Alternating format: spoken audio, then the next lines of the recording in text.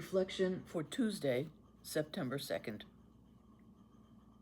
Jesus has just been rejected at his hometown of Nazareth, where he spoke in the synagogue on the Sabbath. You might say he spoke truth to power, and they rose up and drove him out of town and were about to throw him down the hill. He passed through their midst and went on to Capernaum.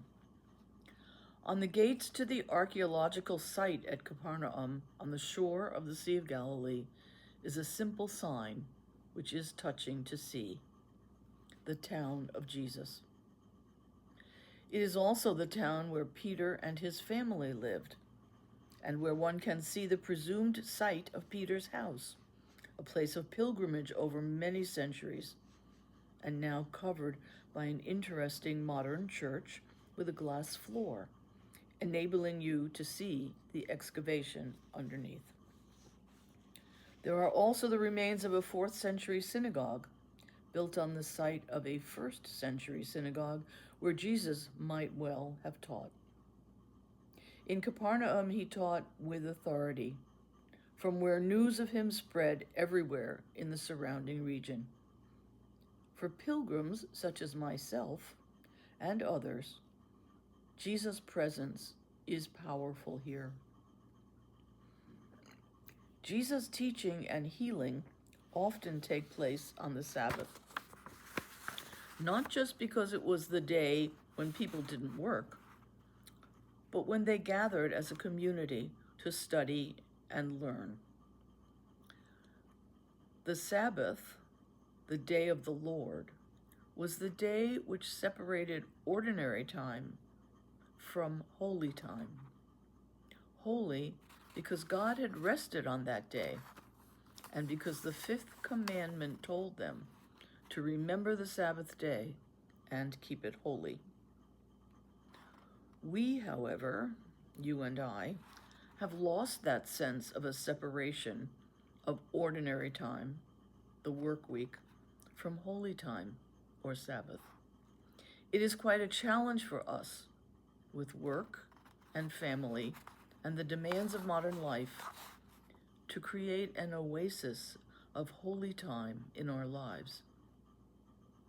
It may also have been difficult for them, for they too had families and had to make a living.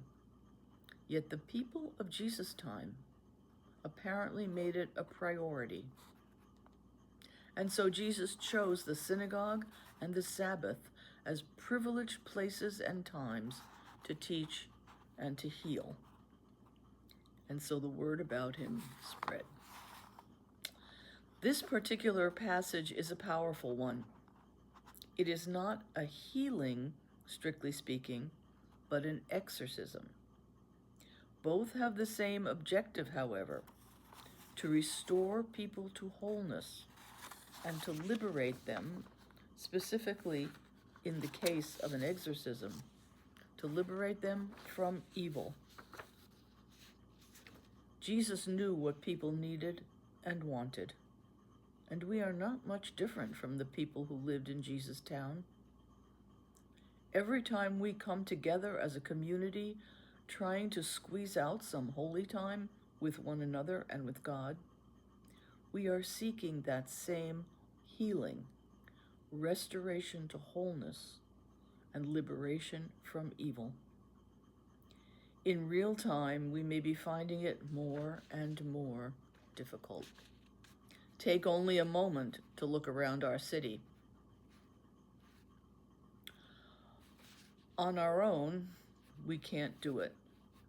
But God's grace in Christ works wonders in us, individually and working together. We need to invite God individually and together into our lives to accomplish what we cannot alone. Just as he did in Galilee, Jesus desires to heal and forgive and restore us to wholeness as individuals, as families, and as a society. This is what building the reign of God, the reign of justice and peace, is all about. Jesus, who spoke truth to power with authority, invites us to join him and perhaps to do the same.